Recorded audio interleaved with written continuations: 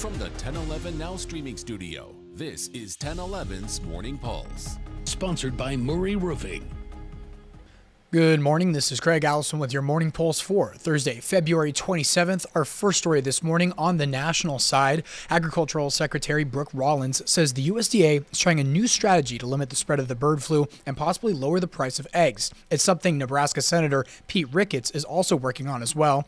Starts with $1 billion investment, $500 million of which will help enhance biosecurity measures to keep the virus off of farms. The administration is also looking to increase imports of eggs to help lower prices and possible vaccines for chickens to prevent bird flu. In your second story this morning, Lincoln police are investigating gunfire in the area of Air Park. Officers responded to the area of Northwest 52nd and West Zemer around 8:45 last night on reports of gunshots, and LPD says officers found two houses that had been hit and multiple shell casings were found in the street. Thankfully, police say no one was injured, but the investigation is still ongoing.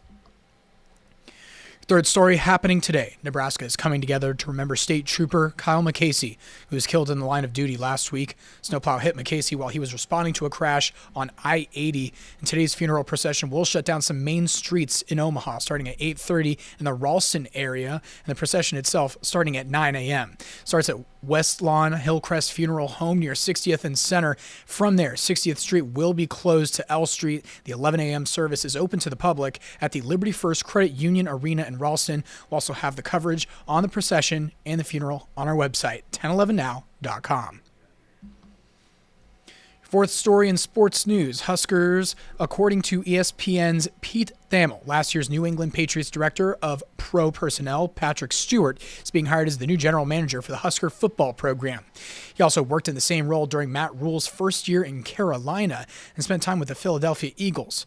Sean Padden, who currently holds the general manager role, will move to another position within Nebraska's athletic department. Wrapping things up with your final story, we have now heard from a neighbor nearby to the deadly domestic disturbance that killed a man and a woman. Police responded around 84th and Sandalwood, where a 21-year-old woman was hit by a 28-year-old man driving a black vehicle. This after two Good Samaritans tried to help her out, but resulted in gunfire. Here's what that neighbor had to say. I heard 4 or 5 gunshots, and I knew right away what it was. And the phone was right inside the house. I went and called 911. That resident, who is a retired firefighter, says he's been in the neighborhood for 50 years and he has never seen anything like that there. Now, there's a lot of moving parts to this story and it's still developing as we work to learn more about those affected, but we'll have more coverage and we'll be following it on our website, 1011now.com. That is your Morning Pulse for this morning, and we'll wrap things up with a look at your 7-day forecast.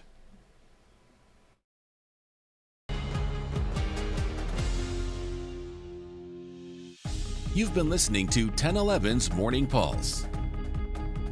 Watch, listen, stream on the 1011 Now app, on YouTube, or wherever you get your podcasts. Sponsored by Murray Roofing.